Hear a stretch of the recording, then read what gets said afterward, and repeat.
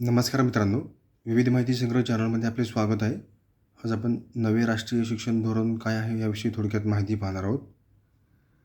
नव्या राष्ट्रीय शिक्षण धोरणानुसार यापुढे प्राथमिक, माध्यमिक व उच्च माध्यमिक स्तराऐवजी पायाभूत स्तर, पूर्वतयारी स्तर, पूर्व माध्यमिक स्तर आणि माध्यमिक हे शब्द वापरण्यात येणार आहेत. नव्या धोरणानुसार 10+2+3 ऐवजी आता 5+3+3+4 असा शैक्षणिक आकृतिबंध असणार आहे.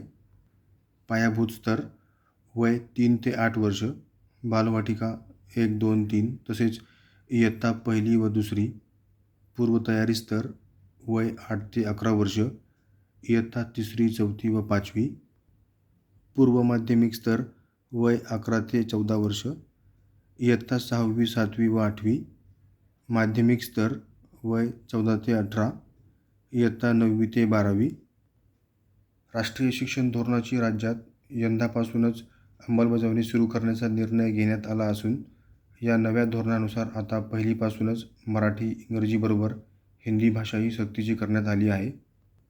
इयत्ता 1ली ते 5वीमध्ये मराठी, इंग्रजी आणि हिंदी या 3 भाषा सक्तीच्या असतील. धन्यवाद मित्रांनो, संपूर्ण व्हिडिओ पाहिला त्याबद्दल.